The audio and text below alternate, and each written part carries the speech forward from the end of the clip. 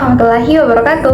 Halo teman-teman semua, perkenalkan nama saya Lutfi Ramadhani dengan NIM 240404501006. Nah, pada video pembelajaran kali ini kita akan membahas mengenai penerapan teknik asertif atau yang dikenal sebagai assertive training, yang merupakan salah satu teknik penting dalam pendekatan behavioristik.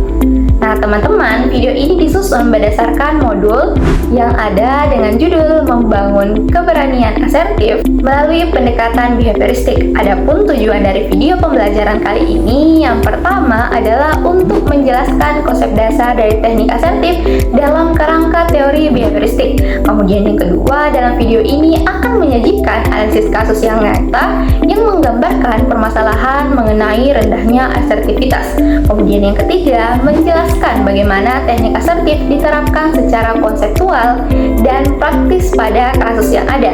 Dan kemudian yang keempat, dalam video ini kita akan merefleksikan kelebihan, keterbatasan, serta hal-hal yang perlu diperhatikan sebagai konselor dalam menggunakan teknik ini. Untuk memahami lebih lanjut, yuk kita simak video ini bersama-sama. Nah, teman-teman, teknik asertif atau assertive training merupakan salah satu teknik dalam konseling behavioristik yang bertujuan untuk membantu individu mengekspresikan pikiran, perasaan, kebutuhan, dan haknya secara jujur serta tepat tanpa melanggar hak orang lain. Nah, teknik ini diperkenalkan oleh Andrew Salter dan dikembangkan oleh Joseph Wolf serta Arnold Lazarus. Secara umum, teknik behavioristik berasal dari pendekatan behavioristik yang memandang bahwa perilaku manusia dipelajari dari lingkungan melalui adanya hubungan stimulus, respon, dan juga konsekuensi. Nah, dalam kerangka operant conditioning yang diperkenalkan oleh B.F. Skinner, perilaku akan cenderung diulang jika mendapatkan penguatan atau reinforcement. Oleh karena itu, seseorang bisa terbiasa untuk selalu mengatakan iya karena mendapat penerimaan sosial atau terhindar dari konflik, sehingga perilaku pasif tersebut terus bertahan. Selain dipandang dalam operant conditioning oleh B.F. Skinner, teknik asertif juga mampu kita analisis menggunakan teori social learning dari Albert Bandura yang menjelaskan bahwa perilaku juga dipelajari melalui pengamatan. Nah, sebagai contohnya, ketika seseorang melihat orang lain yang selalu menuruti permintaan justru malah disukai orang lain, maka ia cenderung meniru perilaku tersebut karena melihat adanya sisi yang positif.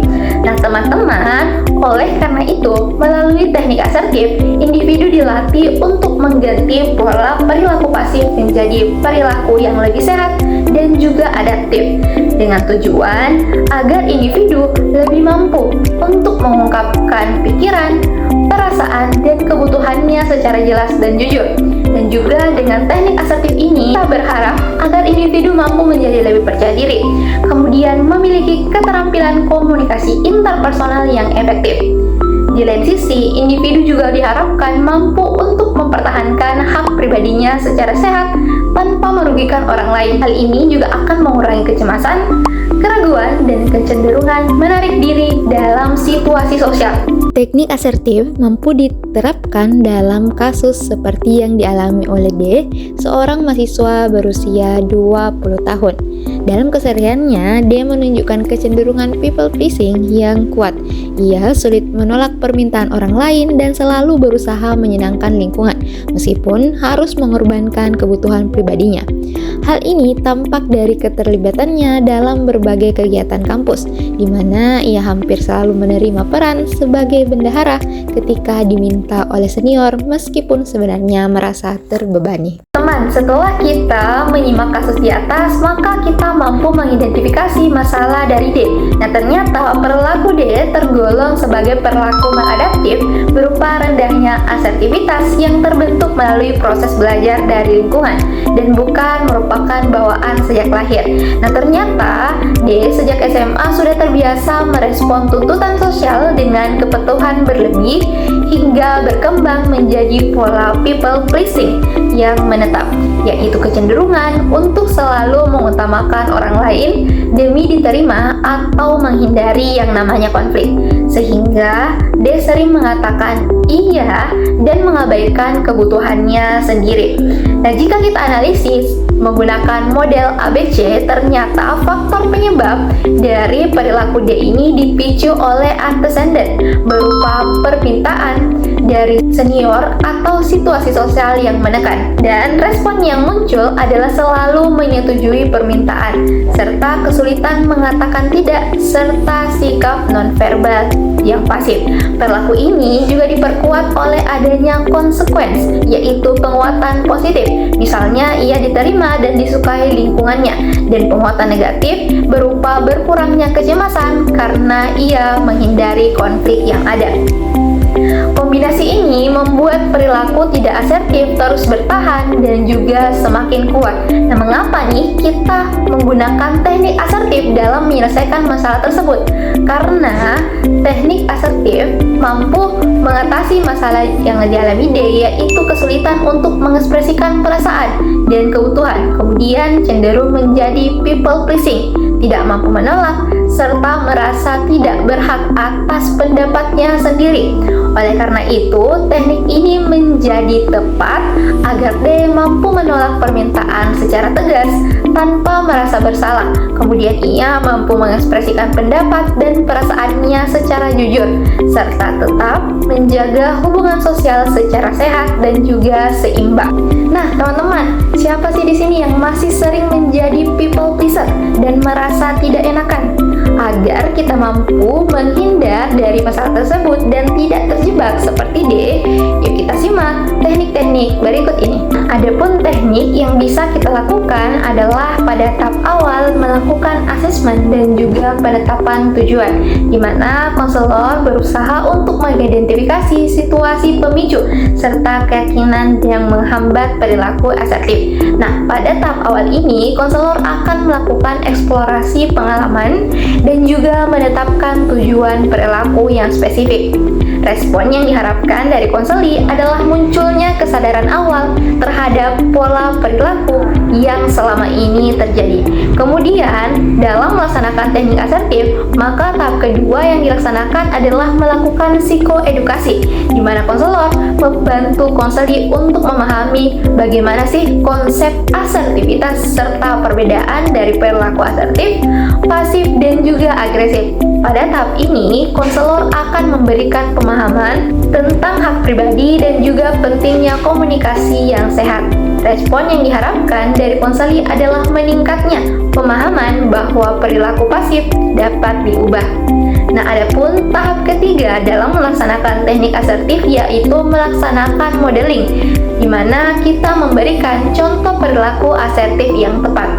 Pada tahap ini, konselor akan mendemonstrasikan bagaimana sih cara untuk berkomunikasi secara asertif, baik secara verbal maupun nonverbal. Adapun respon yang diharapkan dari konseli dalam memahami bentuk perilaku asertif yang sesuai. Selanjutnya, kita melangkah kepada tahap yang keempat dalam menerapkan teknik asertif, di mana ada latihan perilaku melalui role play secara bertahap. Nah, pada tahap ini, konselor akan membimbing konseli untuk mempraktikkan perilaku asertif dari situasi sederhana hingga lebih kompleks. Adapun respon yang kita harapkan dari konseli adalah akhirnya mereka mulai mampu menerapkan perilaku asertif dalam situasi latihan. Adapun tahap terakhir dari teknik asertif adalah memberikan umpan balik dan juga tugas rumah. Pada tahap ini, konselor akan memberikan penguatan positif serta masukan konstruktif, kemudian memberikan tugas praktik di kehidupan nyata, sehingga respon yang diharapkan adalah konseli sudah mampu untuk mencoba perilaku asertif secara langsung dan menunjukkan perkembangan yang bertahap, sehingga perilaku people pleasing akhirnya mampu menghilang dengan pelan-pelan. Agar kita bisa memiliki gambaran yang lebih jelas mengenai bagaimana sih teknik asertif itu, teman-teman, ayo kita simak mini ilustrasi pada video ini. Kakak lihat di akhir-akhir kepanitiaan ini kamu sering gabungkan jadi anggota. Bolehlah kali ini jadi bendahara. Boleh nggak Karena kakak lihat kamu paling teliti di antara teman-teman kamu yang lain. Kakak juga pernah dengar bahwa kamu semasa SMA udah jadi bendahara. Boleh lah ya kali ini jadi bendahara di kegiatan Peno kakak. Bendahara ya di kegiatan kakak.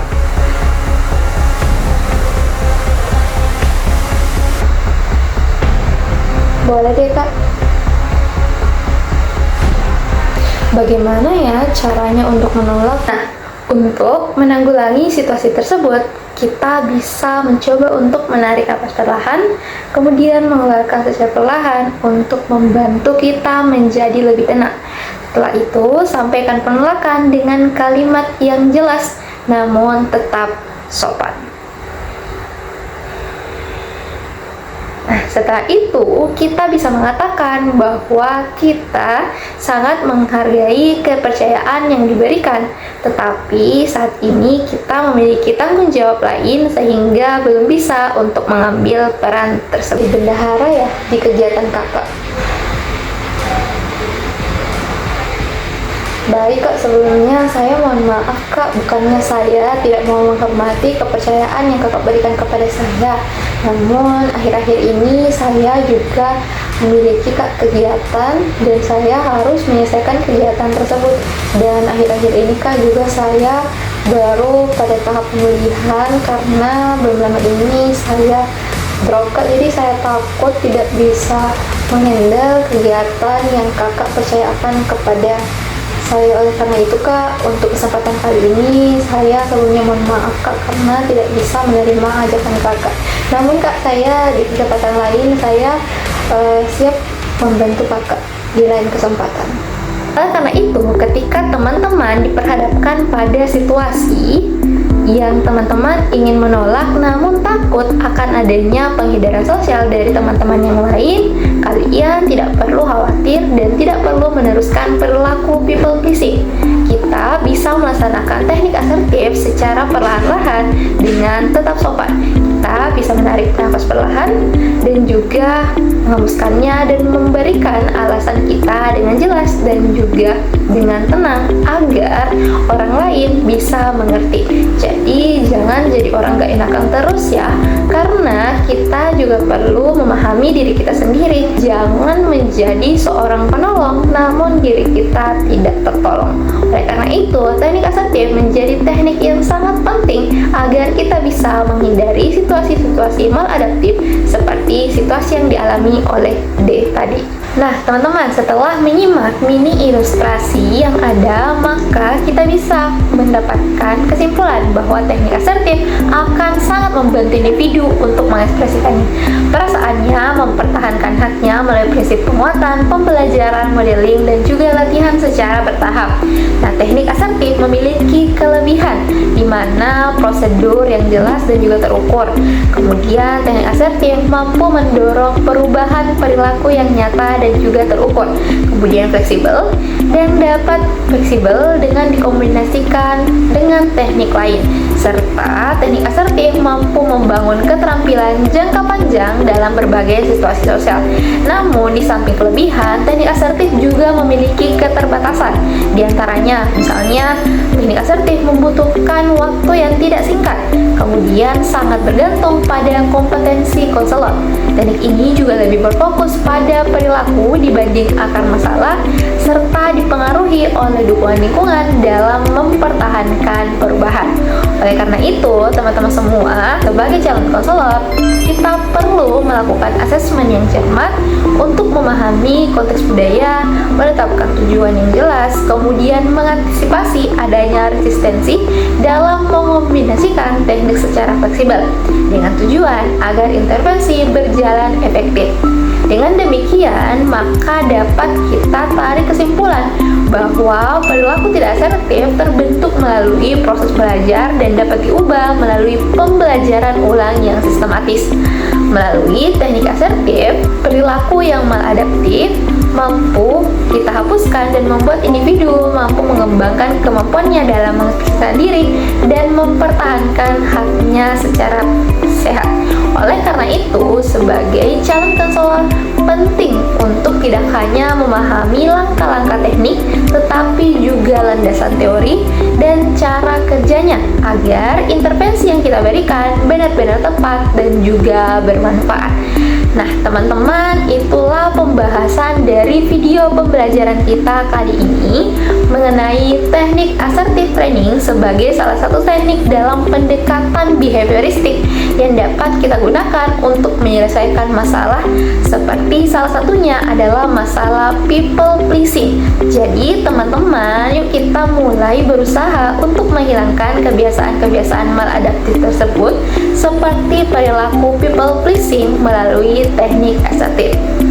Dan itulah video pembelajaran kita kali ini.